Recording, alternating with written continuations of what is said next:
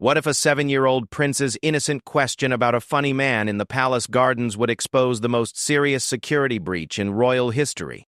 What began as a typical Tuesday morning at Kensington Palace turned into a nightmare that would shake the very foundations of royal protection protocols.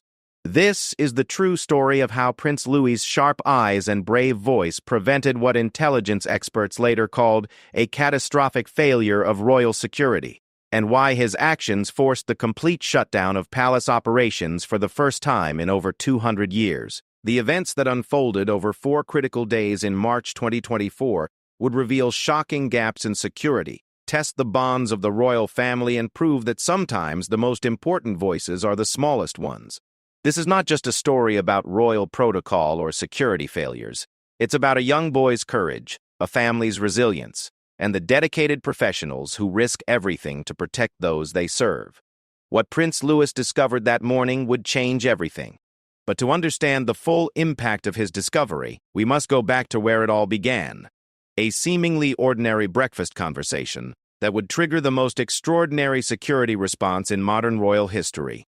The morning sun cast long shadows across the manicured lawns of Kensington Palace as 7-year-old Prince Louis pressed his face against the tall windows of the family breakfast room. His breath fogged the glass as he watched the gardeners begin their daily routine among the prize-winning rose bushes that had been his great-grandmother's pride and joy.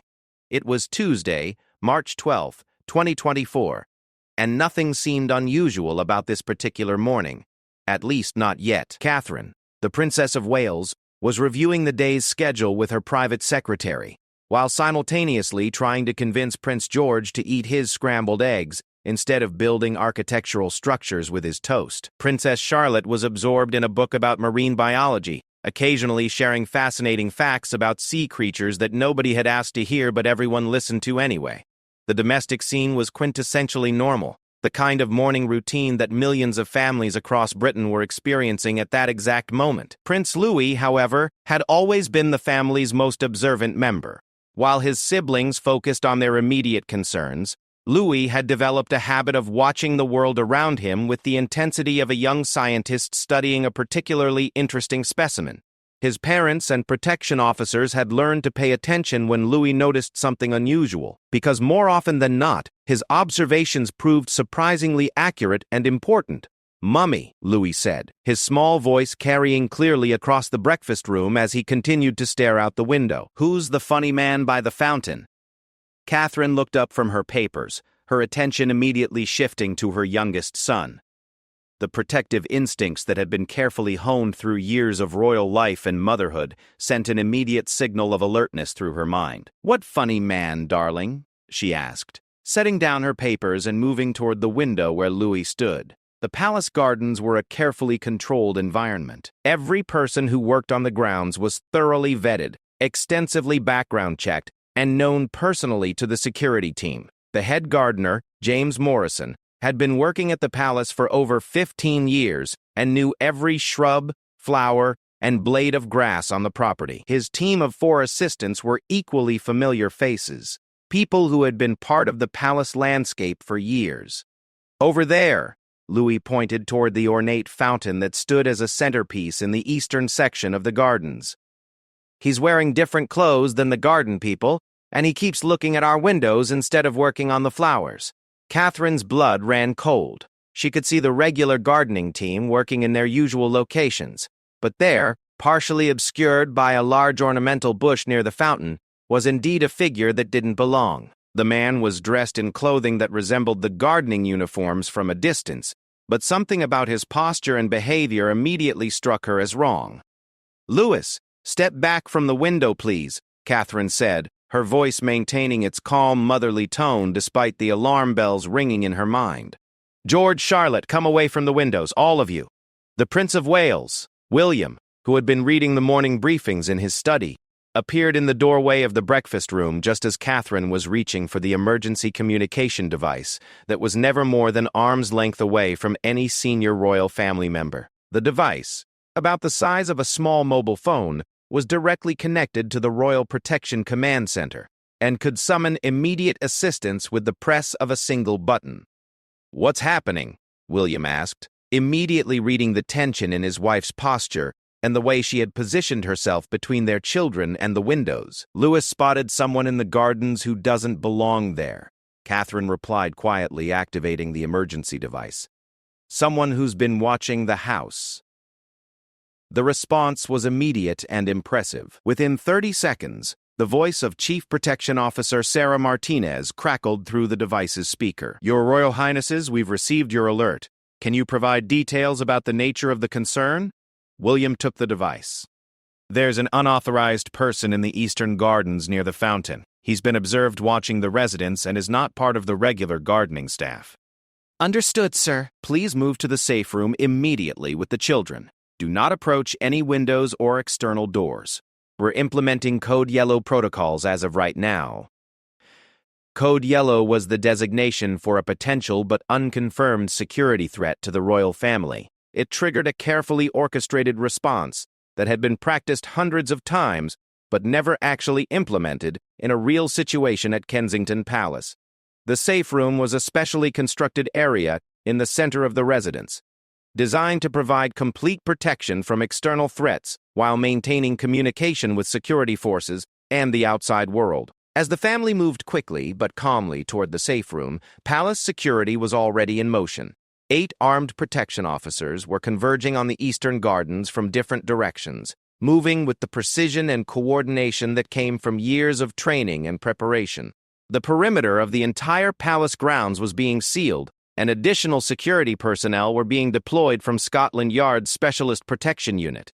Prince Louis, despite being the youngest member of the family, seemed to understand the gravity of the situation better than his older siblings. "Did I do the right thing, Daddy?" he asked as they settled into the safe room, which, despite its serious purpose, had been designed to be as comfortable as possible for the children. "You did exactly the right thing, Louis," William replied, kneeling down to his son's level. "You were very observant and very brave to tell us what you saw. That's exactly what you should always do if you notice something that doesn't seem right." The safe room was equipped with multiple communication systems that allowed the family to monitor the security response without being directly involved. Through encrypted radio communications, they could hear the careful, professional voices of the protection officers as they coordinated their approach to the intruder. "Target acquired," came the voice of Protection Officer David Chen, adult male, approximately 35-40 years of age, wearing what appears to be a modified gardening uniform. So... He's carrying a large canvas bag and appears to be photographing the residents with a telephoto lens. The revelation that the intruder was photographing the palace sent another wave of concern through the security team. Unauthorized photography of royal residences, especially detailed shots that could reveal security features or family routines, represented a serious potential threat. The images could be used for planning future breaches, sold to hostile media organizations, or worse, provided to individuals or groups with more sinister intentions. "Subject is not responding to verbal commands to identify himself," reported another officer. "He's attempting to leave the area, moving toward the eastern perimeter fence." What happened next would later be described in security reports as a textbook example of professional restraint combined with decisive action. The protection officers managed to apprehend the intruder without violence, but what they discovered when they searched his belongings would transform this incident from a simple trespassing case into something far more serious and concerning. The canvas bag contained sophisticated camera equipment, detailed floor plans of the palace that should not have been available to any unauthorized person, and, most disturbingly, what appeared to be a schedule of the family's daily routines. The level of detailed information suggested that this was not a random opportunist or an overzealous photographer hoping to capture candid images of the royal family. "Your Royal Highnesses," Chief Protection Officer Martinez's voice came through the communication system about an hour after the initial alert. "The individual has been apprehended and is in custody. However, we need to conduct a comprehensive security review based on what we've discovered. We're recommending that you remain in the safe area while we complete our initial assessment."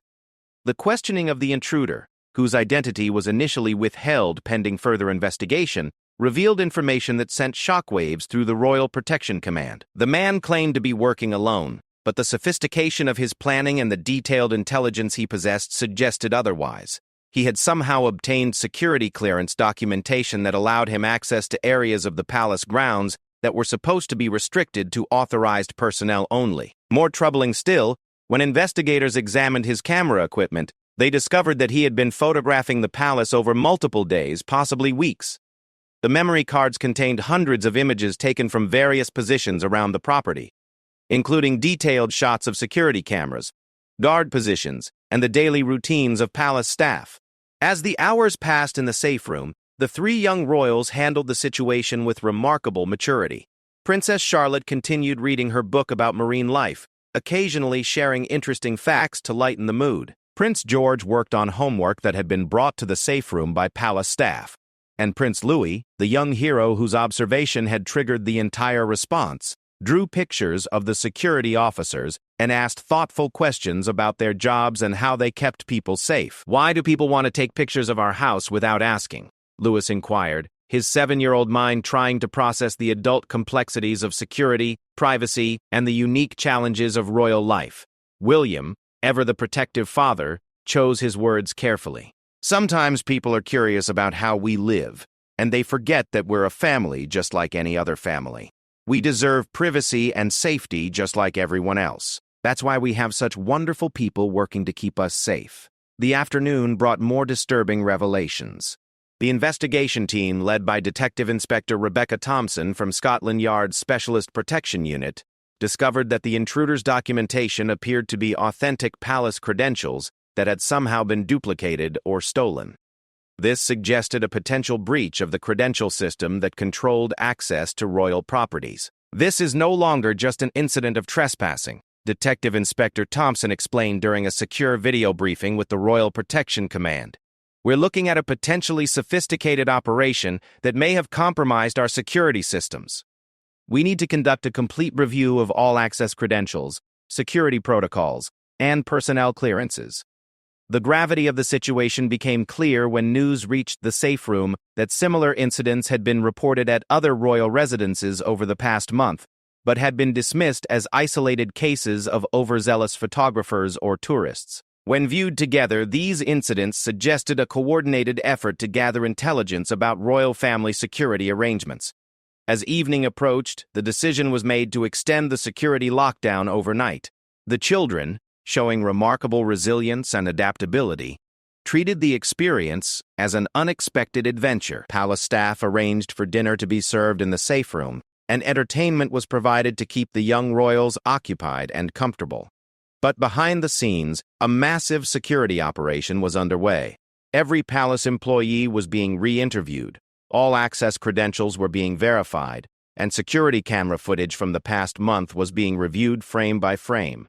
The discovery that Prince Louis had made was beginning to reveal what appeared to be a serious and ongoing threat to royal family safety. The evening briefings brought more concerning news. The arrested individual had refused to cooperate with questioning beyond confirming his name and claiming he was working alone.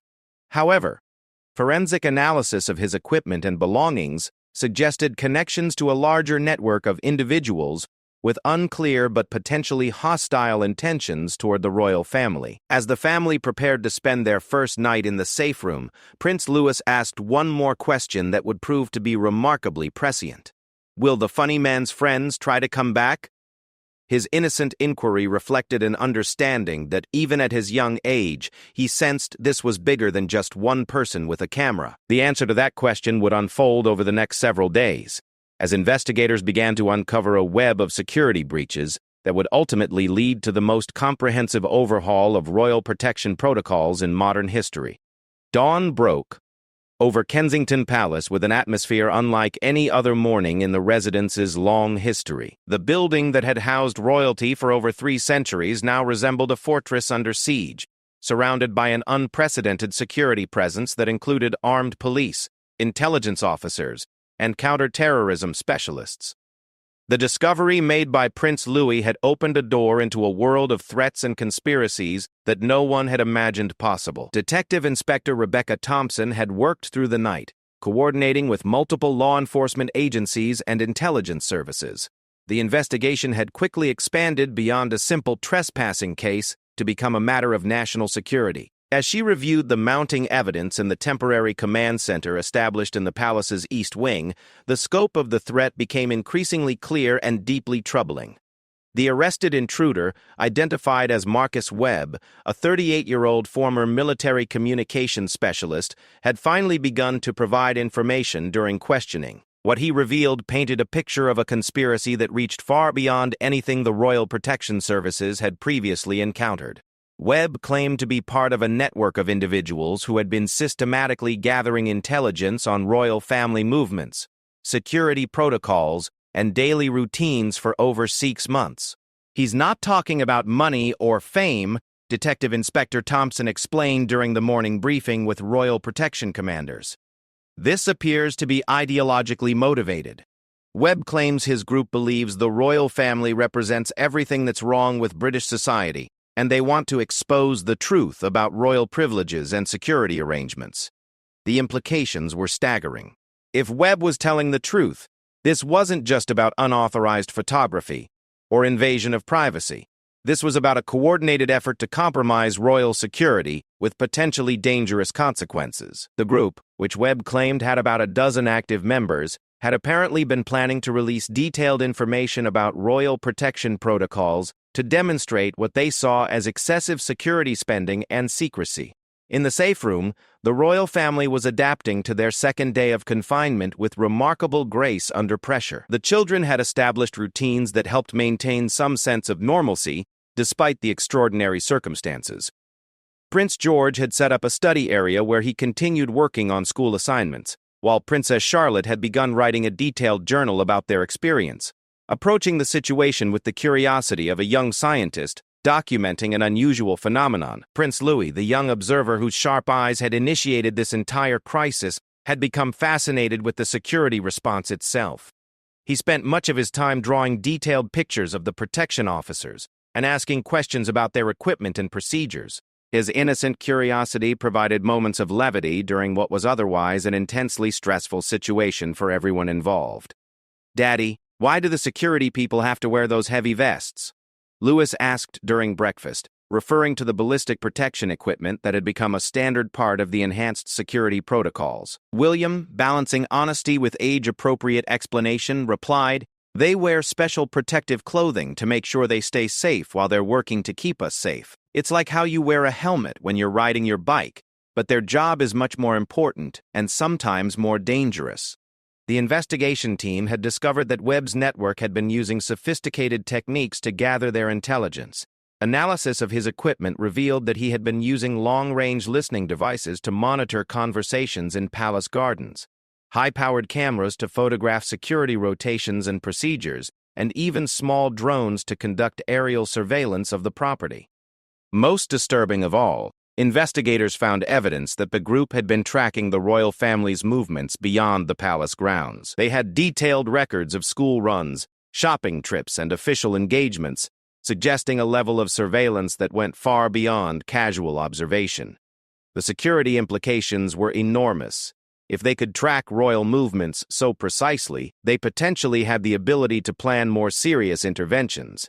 "We're dealing with people who understand operational security and surveillance techniques," explained Commander James Harrison from Scotland Yard's Counter-Terrorism Command. "This isn't amateur hour. These individuals have military or intelligence training, and they've been applying professional methodologies to royal surveillance."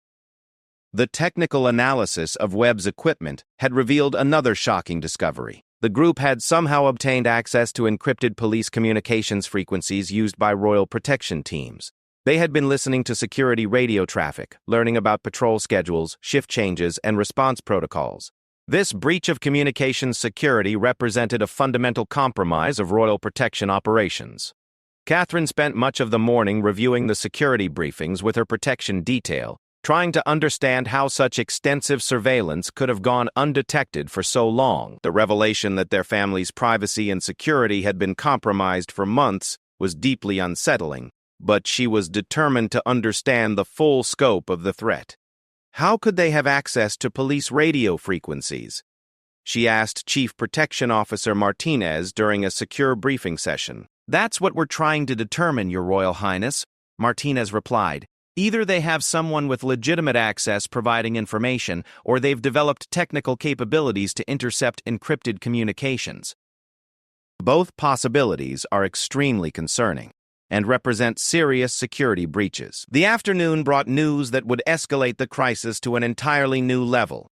Intelligence services had identified several other members of Webb's network, and simultaneous raids were being conducted across London and surrounding areas. The operations, coordinated by multiple law enforcement agencies, aimed to apprehend the remaining conspirators before they could destroy evidence or execute whatever plans they might have been developing. During these raids, investigators discovered extensive files containing detailed intelligence about multiple royal residences, including Windsor Castle, Sandringham House, and Balmoral Castle. The group had been conducting surveillance operations at all major royal properties, mapping security arrangements, photographing personnel, and documenting daily routines and protocols. Perhaps most alarming was the discovery of what appeared to be operational planning documents. While the group claimed their intentions were limited to exposing royal security arrangements for political purposes, the level of detail in their intelligence gathering suggested capabilities that could easily be adapted for more sinister purposes. We found architectural drawings, security camera layouts, patrol schedules, and personnel files. Detective Inspector Thompson reported. This level of intelligence gathering goes far beyond what would be needed for political activism or media exposure. They were developing the capability to compromise royal security in a significant way. The psychological impact on the royal family was carefully managed by both their personal staff and mental health professionals who specialized in working with high-profile individuals facing security threats. The children, despite their resilience, were beginning to show signs of stress from the prolonged confinement and the serious nature of the conversations happening around them. Dr. Sarah Mitchell, a child psychologist who had worked with the royal family previously, joined the team in the safe room to help the children process their experience. Her presence provided an additional layer of support that allowed the family to maintain emotional stability during an unprecedented crisis. The children are handling this remarkably well, Dr. Mitchell explained to William and Catherine. Prince Louis in particular seems to understand that his observation was important and helpful, which is giving him a sense of agency rather than helplessness. However, we need to be mindful of the long-term impact of this experience on their sense of security and normalcy. The evening briefings revealed the most disturbing discovery yet. Among the materials seized during the raids was evidence that the group had been attempting to recruit additional members, specifically targeting individuals with access to royal facilities or personnel. They had been running what amounted to an intelligence operation designed to infiltrate royal security arrangements from within. We found recruitment materials, training documents, and communication protocols, Commander Harrison reported. They were actively trying to expand their network and develop additional sources of intelligence. This suggests a level of organization and long-term planning that goes well beyond casual surveillance or political protest. The investigation had also revealed that the group had been studying historical security incidents involving royal family members, analyzing previous attacks, breaches, and threats to identify patterns and weaknesses. They had developed detailed assessments of royal protection capabilities and had been working to identify vulnerabilities that could be exploited. As the second night in the safe room approached, the family received news that would fundamentally change their understanding of the threat they faced. Intelligence analysts had discovered communications between Webb's group and similar organizations in other countries, suggesting that their activities might be part of a broader international network focused on royal families and heads of state. "We're no longer looking at this as an isolated British problem," explained Assistant Commissioner David Chen from Metropolitan Police Special Branch. "There appear to be connections to groups that have conducted similar surveillance operations targeting royal families in other European countries. This could be part of a coordinated international effort." The implications were staggering. If the intelligence was accurate, the royal family was facing not just a local security threat, but potentially a sophisticated international conspiracy aimed at compromising royal security arrangements across multiple countries. The investigation had evolved from a simple trespassing case to a matter of international security and intelligence cooperation. Prince Louis, the young boy whose sharp observation had uncovered this massive conspiracy, continued to demonstrate remarkable composure despite the extraordinary circumstances surrounding him. As he prepared for his second night in the safe room, he asked his father one more perceptive question that would guide the investigation in the days to come. "Daddy, if the funny man had friends in other places, does that mean other children like us might be in trouble too?" His question reflected an understanding that even at his age, this crisis extended beyond their own family and could affect other people in similar situations. The answer to that question would drive the next phase of the investigation, as international law enforcement and intelligence agencies began coordinating efforts to understand and disrupt what appeared to be a sophisticated global threat to royal family security. The discovery made by a 7-year-old prince was opening doors into a world of international conspiracy that no one had imagined possible. The third dawn of the crisis brought with it a flurry of international communications that would reshape the entire investigation. Intelligence agencies from across Europe were reporting similar surveillance activities targeting royal families and heads of state. What had begun as Prince Louis's observation of a funny man in the palace gardens was now revealing itself as part of a sophisticated international network that posed threats far beyond anything previously imagined. Interpol had been activated, and the investigation was now coordinating with law enforcement agencies in Sweden, Denmark, Netherlands, Belgium, Spain, and Norway. Each country reported similar incidents over the past year: suspicious individuals conducting surveillance around royal residences, unauthorized photography of security arrangements, and attempts to infiltrate palace staff or security personnel. Detective Inspector Thompson found herself at the center of an international crisis management operation. The temporary command center at Kensington Palace had been expanded to include liaison officers from multiple countries, intelligence analysts from MI5 and MI6, and counterterrorism specialists from across Europe. "What we're seeing is unprecedented," explained Dr. James Whitfield, a terrorism expert from King's College London who had been brought in to analyze the group's methodology and motivations. "This appears to be a coordinated international effort to map and potentially compromise royal security arrangements across multiple countries. The level of organization and technical capabilities suggests state-level resources or extremely well-funded private actors." In the safe room, the royal family continued to maintain their remarkable composure despite the escalating nature of the threat they faced. The children had adapted to their confinement with creativity and resilience that impressed everyone involved in their protection.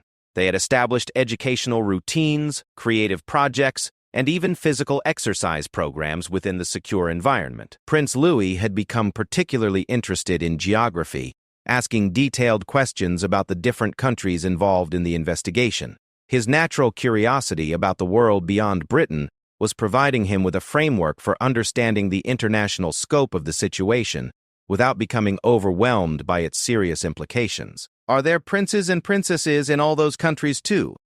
Louis asked during their morning briefing session, referring to the nations that were now part of the investigation. "Yes, there are," William replied. "And they have families just like ours, with children who go to school and play games and have breakfast together just like we do. The people working to keep us safe are also working to keep those families safe." The international investigation had revealed disturbing patterns in the surveillance activities. Analysis of the timing and methodology of incidents across different countries suggested careful coordination and shared intelligence among the various national groups.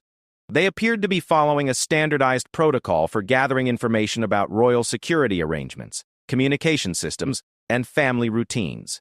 Most concerning was the discovery that the groups had been sharing their intelligence through encrypted communication networks that operated across international borders. They were essentially creating a comprehensive database of royal family vulnerabilities that could potentially be used for various hostile purposes. "They've been building detailed profiles of every major European royal family," explained Commander Sarah Peterson from Europol, who had arrived at Kensington Palace to coordinate the international response. "Movement patterns, security protocols, family schedules, staff arrangements, they have intelligence that rivals what legitimate security agencies maintain for protection purposes." The technical analysis of the network's communication systems revealed sophisticated tradecraft that suggested professional intelligence training. They were using advanced encryption methods, secure communication protocols, and operational security measures that indicated either state sponsorship or access to military-grade intelligence resources. Intelligence analysts had identified the apparent leader of the international network as Dr. Elena Kozlova, a former Russian military intelligence officer who had been operating under multiple false identities across Europe. Kozlova had been dismissed from Russian intelligence services 5 years earlier under circumstances that remained classified, but her background in surveillance and counterintelligence operations explained the sophisticated methodologies being employed by the network. Dr. Kozlova has extensive training in surveillance, infiltration, and intelligence gathering, explained MI6 analyst Robert Fraser during a classified briefing. Her background includes operations targeting foreign government officials and security services. She has the knowledge and experience to orchestrate exactly the kind of international surveillance network we've uncovered.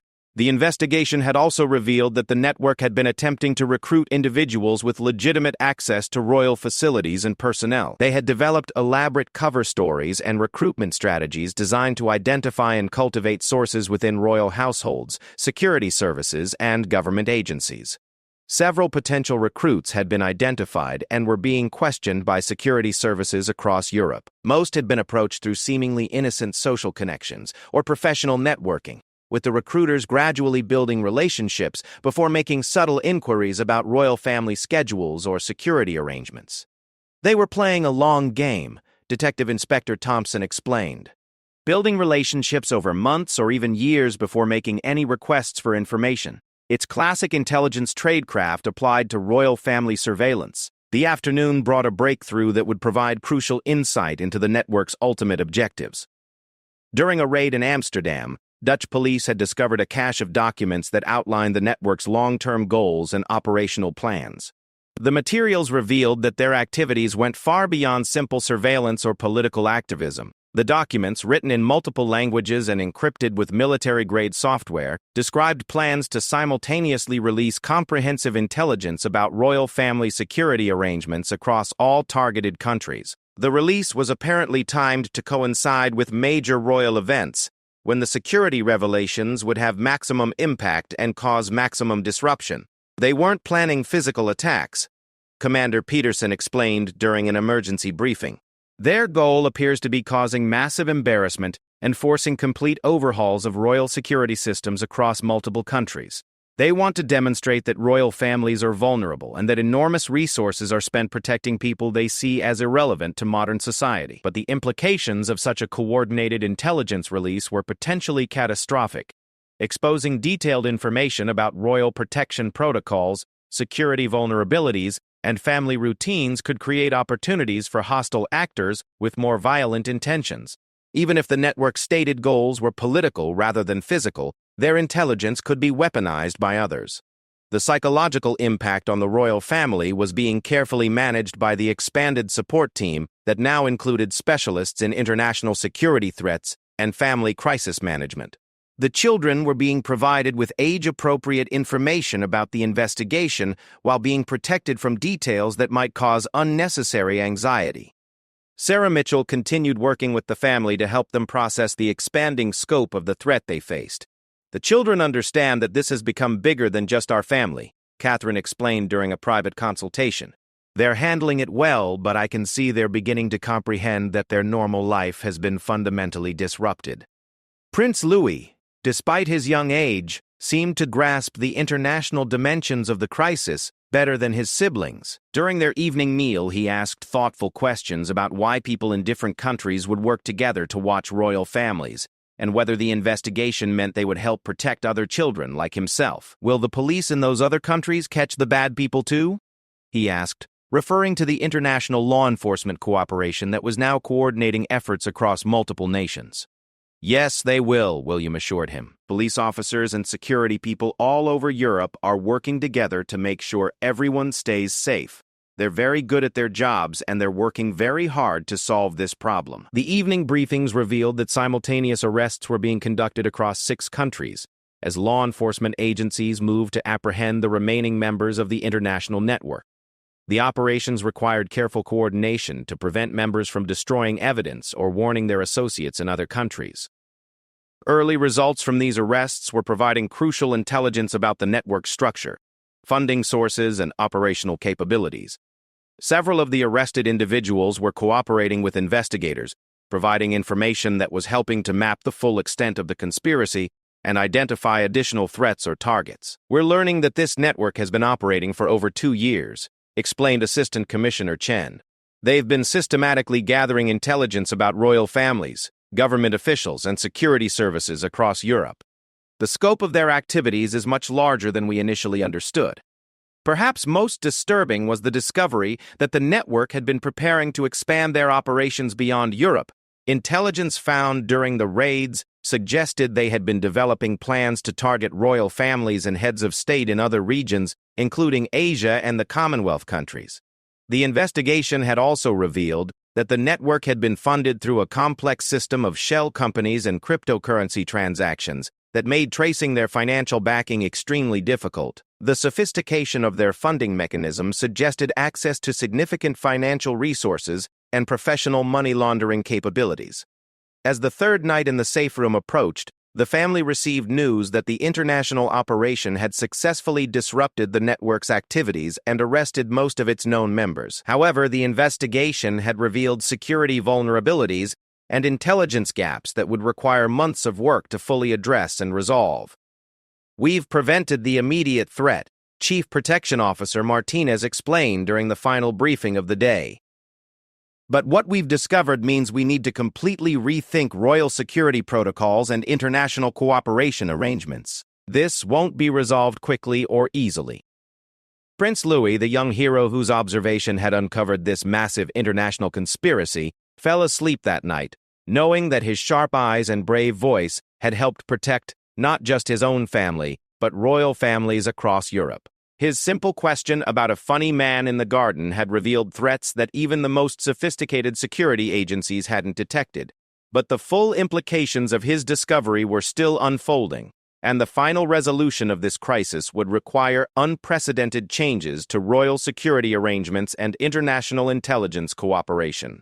The young prince's observation had opened a door into a world of threats that would fundamentally change how royal families were protected in the modern world. The fourth day of the crisis dawned with cautious optimism, as reports arrived from across Europe confirming the successful disruption of the international surveillance network. 23 individuals had been arrested in coordinated operations spanning 6 countries, and massive quantities of intelligence materials had been seized.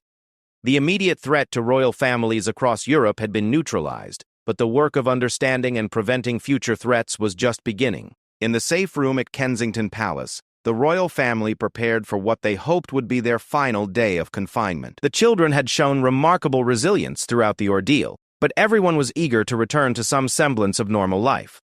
The experience had bonded them together in unexpected ways and had given them new perspectives on the unique challenges and responsibilities that came with their royal status. Prince Louis had awakened with his characteristic curiosity intact, immediately asking about the overnight developments in the international investigation. His questions had become increasingly sophisticated as the crisis progressed, reflecting both his natural intelligence and his growing understanding of the serious nature of the situation his observation had uncovered. "Did they catch all the funny people?" he asked during breakfast, using the terminology that had become his way of referring to the surveillance network members. "Most of them," William replied carefully. "The police and security people in lots of different countries worked together, and they did a very good job. But now they need time to make sure everything is safe and secure before we can go back to our normal routines." The international investigation had indeed been remarkably successful, but it had also revealed the extent of the security vulnerabilities that had been exploited by the network. Intelligence agencies across Europe were conducting comprehensive reviews of their royal protection protocols, communication systems, and personnel security arrangements. Detective Inspector Thompson, who had coordinated the British aspects of the investigation, was preparing her final briefing for the royal family and the protection services. The discoveries made over the past 4 days would result in the most comprehensive overhaul of royal security arrangements since the establishment of modern protection protocols. "What we've learned will change how royal families are protected across Europe," she explained during the morning briefing. "The network exploited vulnerabilities that we didn't even know existed. We need to completely rethink our approaches to communication security, personnel screening, and international cooperation. The technical analysis of the network's equipment and methods had revealed several critical security gaps that required immediate attention. The group's ability to intercept encrypted police communications had been traced to sophisticated radio equipment and insider knowledge that suggested potential corruption or infiltration of legitimate security services. Most significantly, the investigation had uncovered evidence that the network had been planning to share their intelligence with organized crime groups and potentially hostile foreign governments. While their stated political motivations may have been genuine, the intelligence they had gathered could have been weaponized by others with more dangerous intentions. They may have seen themselves as political activists, explained MI6 analyst Robert Fraser. But the intelligence they gathered could have been used by anyone willing to pay for it. We found evidence that they were already being approached by various criminal organizations interested in their royal family intelligence. The psychological support team, led by Dr. Sarah Mitchell, had been working with the royal children to help them process their extended confinement and understand the significance of the crisis they had experienced. The children's emotional resilience had been remarkable, but the team wanted to ensure they had proper support as they transitioned back to normal life. Prince Louis has shown extraordinary maturity in handling this situation, Dr. Mitchell explained to William and Catherine. His initial observation was brave and important, and he seems to understand that his actions helped protect not just your family, but other families as well. That's giving him a strong sense of purpose and agency rather than fear or helplessness. Princess Charlotte had used her time in confinement to write detailed journal entries about their experience, approaching the situation with scientific curiosity and methodical observation. Her writings provided valuable insights into how the children were processing the crisis and would serve as important documentation of their psychological state throughout the ordeal. Prince George had maintained focus on his academic responsibilities while also developing new interests in international relations and security studies. The crisis had given him early exposure to the complex challenges that would face him throughout his life as a future king, and he was processing these lessons with remarkable maturity for his age. The afternoon brought the news everyone had been waiting for. The comprehensive security sweep of all royal properties had been completed, new communications protocols had been implemented, and enhanced protection arrangements had been established. After 4 days and 3 nights in confinement, the royal family was finally cleared to return to their normal living quarters. The transition out of the safe room was carefully managed to ensure the children felt secure and comfortable returning to their regular routines. Palace staff had worked to ensure that everything appeared normal in their living quarters, while discreetly implementing the enhanced security measures that would now be permanent features of their daily lives. Chief Protection Officer Martinez conducted the final security briefing as the family prepared to resume their normal activities. "The immediate threat has been neutralized," she explained. "But we've implemented new protocols that will provide enhanced protection going forward. Some of these changes will be visible to you, others will operate in the background, but all are designed to ensure this type of surveillance operation can never be conducted again." The enhanced security measures included upgraded communication systems that were immune to the type of interception the network had been conducting, expanded background screening procedures for all personnel with access to royal properties, and new international cooperation protocols that would ensure rapid information sharing about potential threats across European security services. Perhaps most importantly, the crisis had led to the establishment of new international protocols for protecting royal families and heads of state. The European Union was developing a comprehensive framework for sharing intelligence about potential threats and coordinating security responses across national borders. What started with Prince Louis's observation has led to fundamental improvements in how we protect royal families across Europe, explained Commander Sarah Peterson from Europol. The network that targeted your family was planning similar operations in other countries. By uncovering their activities here, we've prevented threats to royal families across the continent.